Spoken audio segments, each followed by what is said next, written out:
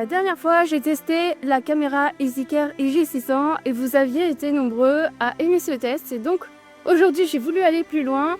Et pour vous, je teste la IG420.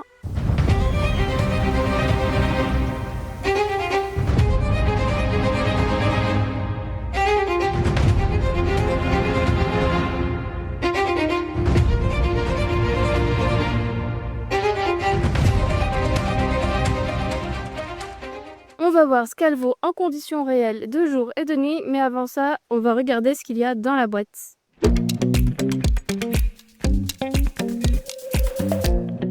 Quand on ouvre la boîte, on y retrouve quelques informations et instructions, mais aussi deux accessoires. Une sangle de fixation pour accrocher la caméra à un arbre et un câble USB pour la recharger. Quand on retire le reste de la boîte, on y retrouve donc la fameuse caméra EasyCare IG420. Niveau design, la caméra semble pouvoir se fondre parfaitement dans son environnement. Sans oublier le manuel d'utilisation en plusieurs langues.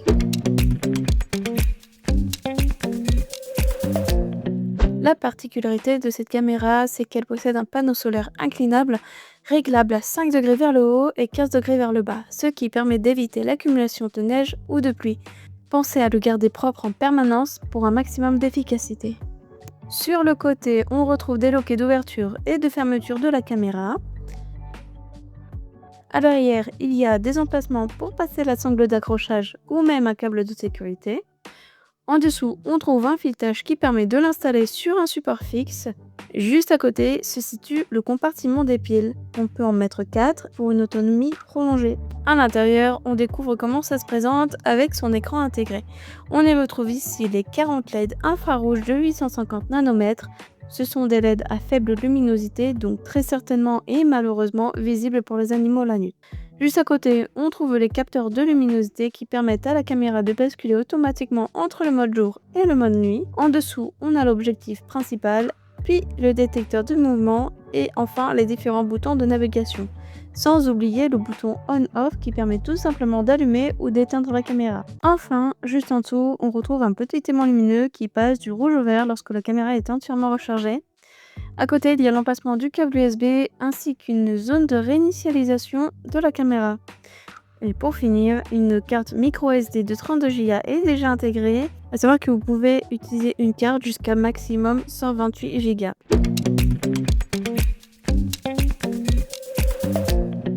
Donc là, je vais alors démarrer la caméra et comme vous pouvez le voir, elle met quelques secondes à démarrer, c'est tout à fait normal. Une fois allumée, on arrive directement sur le choix de la langue. Et étant donné que je suis française, je vais sélectionner français. Ensuite, la caméra nous demande de régler la date et l'heure. C'est une étape vraiment importante parce que ça permet d'avoir les bonnes informations directement inscrites sur vos photos et vos vidéos. Aujourd'hui, nous sommes donc le 13 novembre 2025 et il est exactement 10h54 au moment où je fais ce réglage. Je prends toujours le temps de bien vérifier que tout est correct parce qu'une mauvaise date peut vite porter à confusion, surtout si vous laissez la caméra plusieurs jours ou plusieurs semaines en place. D'ailleurs, je vous montrerai un peu plus tard qu'on peut modifier le format de la date et c'est un petit détail qui peut être pratique si vous avez l'habitude d'un format particulier. Kima nous propose ensuite de formater la carte SD. Et là, très important, choisis bien sûr de la formater, surtout si c'est la première utilisation. On va dans le menu pour d'abord régler la surveillance retardée. Cela définit le temps avant que la caméra passe en mode prise de vue automatique. Par défaut, c'est 30 secondes, mais moi je choisis 3 minutes. Je choisis ensuite le mode PIR qui déclenche la caméra dès qu'un mouvement est détecté. Le mode time-lapse normal prend des photos ou des vidéos à intervalles réguliers, pratique pour filmer des animaux à 100 fois comme les serpents. Et le mode time-lapse vidéo compile plusieurs photos en accéléré en une seule vidéo sans utiliser le PIR. On choisit ensuite l'intervalle allant de 5 secondes à 1 heure et bien sûr je choisis 5 secondes. Je pourrais vous expliquer ce que cela veut dire dans une autre vidéo si vous n'avez pas compris. Ensuite il y a l'heure de fonctionnement qui définit la période pendant laquelle la caméra enregistre. Par exemple si le début est à 8 heures et la fin est à 17h, elle ne prendra ni photo ni vidéo en dehors de cette plage horaire. On continue en choisissant donc photo, vidéo ou les deux selon ce qu'on veut que la caméra enregistre. Moi je choisis vidéo. On peut aussi choisir la résolution des photos pour ceux qui ont sélectionné photos. Sachez que plus il y a de pixels, plus le fichier sera gros et plus il prendra de place sur la carte SD. Pour ma part, je vais choisir la plus grosse résolution pour la vidéo, mais une utilisation d'une carte SD à haute vitesse est d'ailleurs recommandée pour ça. La prise de vue en continu permet de choisir le nombre de photos prises à chaque déclenchement en mode photo uniquement. On peut régler donc de 1 à 5 photos à la suite. Ce mode permet de choisir la durée d'enregistrement lors d'un déclenchement qui peut aller de 5 secondes à 5 minutes. Personnellement, je mets toujours 30 secondes car ça suffit pour capturer le mouvement. Mais si vous voulez préserver la batterie, vous pouvez choisir une durée plus courte. Donc c'est un réglage pratique pour adapter la caméra selon vos besoins et l'énergie disponible. Ensuite, le paramètre enregistrement permet d'activer ou non le son pendant l'enregistrement d'une vidéo. Moi, je veux pouvoir entendre ce qui se passe, donc je l'active. On continue avec l'intervalle PIR qui définit en fait le temps que la caméra attend entre deux déclenchements. Pour ma part, je mets toujours sur le minimum et sur cette caméra-là, c'est 5 secondes. Puis on règle la sensibilité PIR faible, souvent pour les gros animaux, moyen pour la plupart des situations, c'est ce que j'utilise, et haut pour tout détecter. Attention aux vagues qui bougent par contre. On a ensuite la distance de la lumière de remplissage. Cela correspond à la portée de l'éclairage infrarouge utilisé la nuit pour éclairer la scène. On peut choisir entre près, moyen ou loin selon la distance à laquelle on souhaite détecter et filmer les animaux. On peut aussi nommer la caméra en lui attribuant des chiffres ou un numéro. Celui-ci apparaîtra directement dans le filigrane des photos et des vidéos. C'est pratique si vous utilisez plusieurs caméras pour savoir facilement laquelle a enregistré quoi. L'option Wi-Fi LED permet simplement d'activer ou de désactiver le Wi-Fi de la caméra. Quant à la date et l'heure, on a vu ça tout au début. Je vous ai parlé de cette modification où l'on peut régler le format de la date. C'est donc ici que l'on choisit comment elle s'affiche. Personnellement, je préfère le format jour, mois, année, mais vous pouvez l'adapter selon vos habitudes. On peut aussi choisir le format de l'heure et moi, je choisis toujours 24 heures. L'option marque date, qui m'a l'air plutôt mal traduit, permet d'activer ou de désactiver le filigrane de la date et de l'heure sur les photos et les vidéos. Ensuite, on peut choisir d'activer ou de désactiver l'enregistrement en boucle. Si vous l'activez, les nouveaux enregistrements effaceront automatiquement les plus anciens. On peut aussi désactiver le bip comme je l'ai fait actuellement. Ensuite, on peut également formater de nouveau la carte SD, mais ce n'est pas utile pour l'instant puisque de toute façon nous l'avons déjà fait au démarrage de la caméra. Même chose pour les langues, on a choisi français. Très important, on peut aussi mettre un mot de passe. Ne faites pas comme moi, mettez-en un, cela évitera que quelqu'un puisse utiliser la caméra si elle est volée. Pour finir, il y a l'option restaurer les paramètres d'usine qui remet la caméra à son état d'origine. Et juste en dessous, vous trouverez les contacts du service client EasyCare si jamais vous avez besoin d'aide ou de renseignements.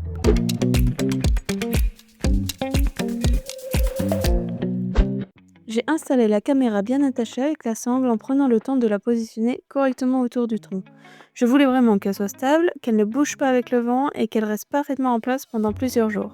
L'idée, c'est d'avoir un emplacement suffisamment proche du passage des animaux pour capter quelque chose d'intéressant. Et pour être sûr d'avoir le bon angle, j'ai dû l'incliner un peu avec un petit morceau de bois, histoire que l'objectif pointe exactement au bon endroit. Mais après quelques jours, je me suis rendu compte qu'elle ne filmait finalement que les arbres, l'inclinaison n'avait pas tenu à cause du vent. C'est pour ça que je l'ai déplacée plusieurs fois jusqu'à trouver un emplacement qui me donne enfin des images intéressantes.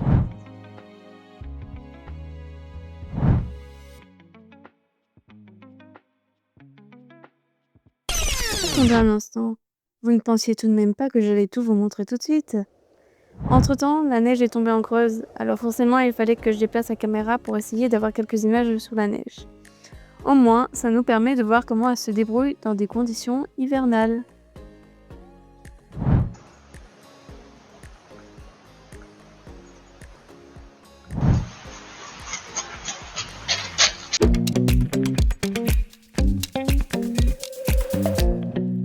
Cela fait désormais plusieurs mois que j'utilise la caméra et je ne vous ai pas montré comment fonctionne l'application Capcam Go, donc n'hésitez pas à me le dire si ça vous intéresse, je vous ferai une vidéo là-dessus. Et parce qu'au départ, j'avais un problème avec cette application, je n'arrivais pas à enregistrer les vidéos de jour, certainement parce qu'elles étaient trop volumineuses. Maintenant, Camgo a fait une mise à jour et ça marche parfaitement.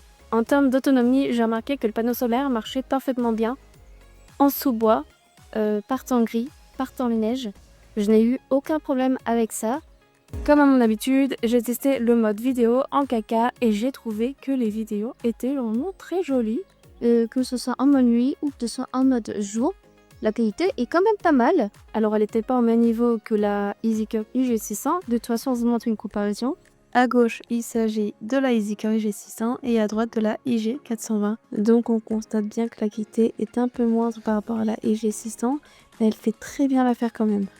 Un point important, j'ai l'impression que les legs sont probablement pas invisibles à certaines espèces, ou c'est lié à un bruit de déclenchement parce que les animaux remarquent cette caméra, comme ce magnifique regard maintenant.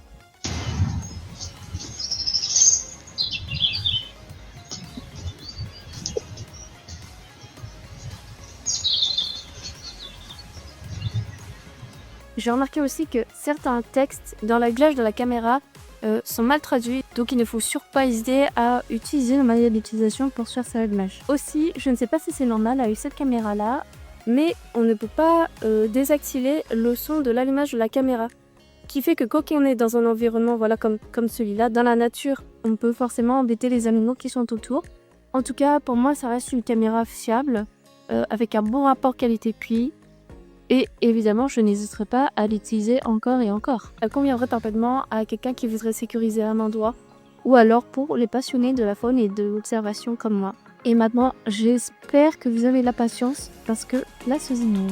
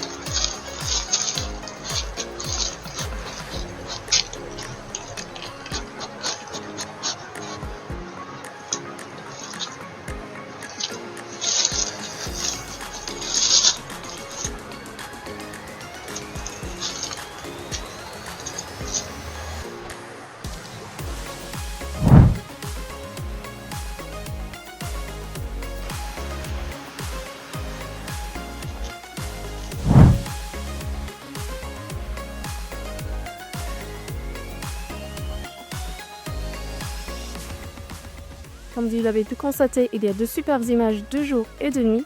Donc si cela vous a plu, n'hésitez pas à vous abonner, à liker, à mettre un commentaire.